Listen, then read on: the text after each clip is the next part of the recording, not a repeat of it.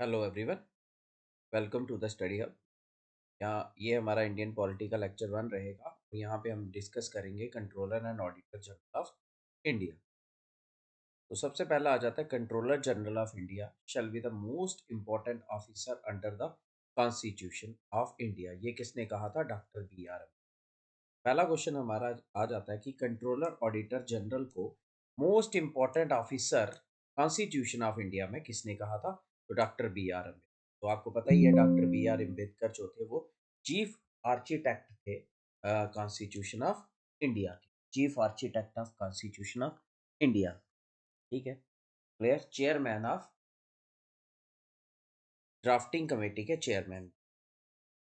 Next next आ जाता है कि कंट्रोलर ऑडिटर जनरल जो है ये कौन से आर्टिकल में आता है? तो कौन से आर्टिकल में आते हैं? आर्टिकल 148। आर्टिकल 148 पार्ट 5 में आता है। Provides for an independent office of the controller and auditor general of India. तो पहला हमारा क्वेश्चन है कि controller auditor general most important officer under the constitution of India जिसने कहा था? डॉक्टर बी आर अम्बेडकर ने।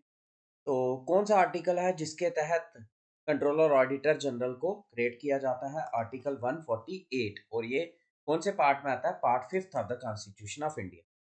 नेक्स्ट, इसको head of the Indian audit and accounts department भी कहते हैं। इंडियन ऑडिट का, इंडिया के सारे पैसे अकाउंट्स का सारा हेड माना जाता है किसको? कंट्रोलर ऑडिटर जनरल को।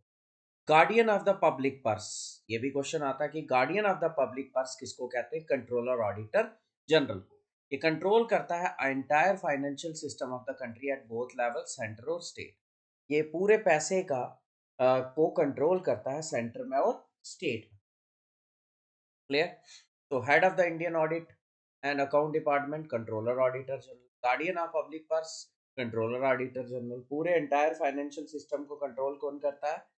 Controller and auditor general. Independent authority है, किसी के कंट्रोल में नहीं है, ये ऑटोनॉमस है। पहला, अब क्वेश्चन आ जाता है कि first controller and auditor general India का कौन था? वी नरहरि राव। ये first controller and auditor general थे इंडिया के। 1948 से लेके 1954 तक इनका टेन्योर रहा। 6 साल का टेन्योर हो सकता है। टेन्योर कितना? 6 ईयर्स रहता है या 65 ईयर्स ऑफ एज, जो भी अर्लियर। नेक्स्ट, अभी कौन है controller auditor general?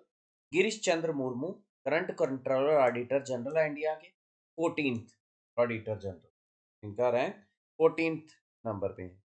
Controller auditor general की जुरिस्डिक्शन जेएंडके में कब से लागू है? 1958 से कंट्रोलर ऑडिटर की जुरिस्डिक्शन जेएंडके में।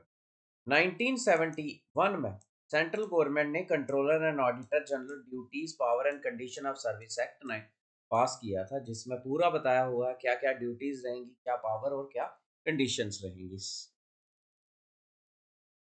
नेक्स्ट आर्टिकल, कॉन्स्टिट्यूशन प्रोविजंस की बात करें तो आर्टिकल 148 के तहत कंट्रोलर ऑडिटर जनरल की अपॉइंटमेंट होती है, ओथ और कंडीशंस।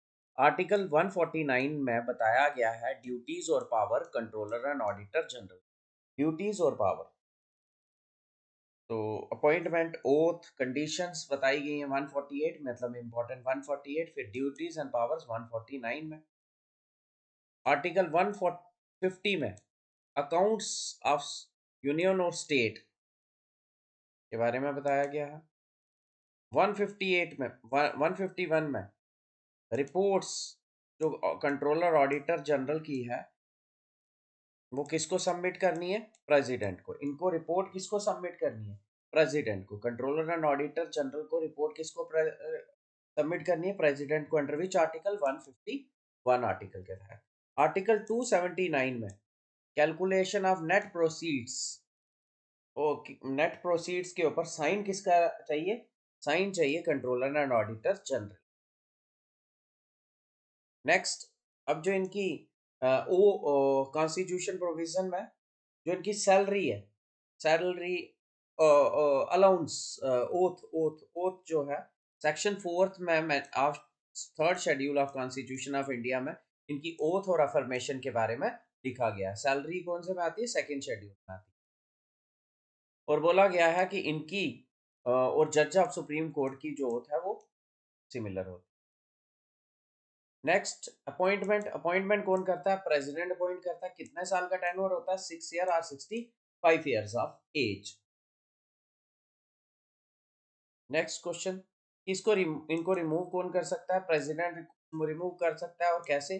जो प्रोसीजर मेंशन किया गया है कॉन्स्टिट्यूशन, और सेम है जो रिमूवल ऑफ सुप्रीम कोर्ट जज के, जैसे सुप्रीम कोर्ट जज के।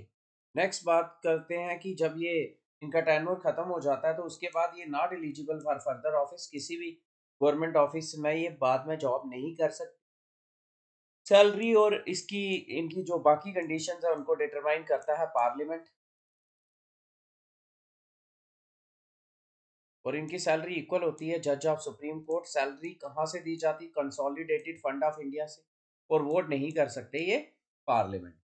तो ये था हमारा कंट्रोलर ऑडिटर जनरल का। 148 में बताया गया, 149 में ड्यूटीज के बारे में बताया गया है आर्टिकल, 150 में अकाउंट्स यूनियन और स्टेट्स के बारे में, और 151 में कि इनको रिपोर्ट सबमिट करनी है प्रेसिडेंट को। 249 में कि नेट प्रोसीड्स के ऊपर सर्टिफिकेट किसका चाहिए? कंट्रोलर ऑडिटर जनरल का। और सेक्शन 4 ऑफ शेड्यूल 3 में ओथ के बारे में बताया गया। अपॉइंटमेंट प्रेसिडेंट, टेन्योर इनका 6 ईयर और 65 ईयर्स ऑफ एज। और रिमूव भी प्रेसिडेंट कर सकता है, और सेम प्रोसीजर है जो सुप्रीम कोर्ट के जज को रिमूव करने के। सैलरी कौन से निकाली जाती? Consolidated from. Salary allowance same है जो कि सुप्रीम कोर्ट जज के होते हैं। और ये वोट नहीं कर सकते पार्लियामेंट। ये था related to controller auditor general of India. Thanks a lot for listening.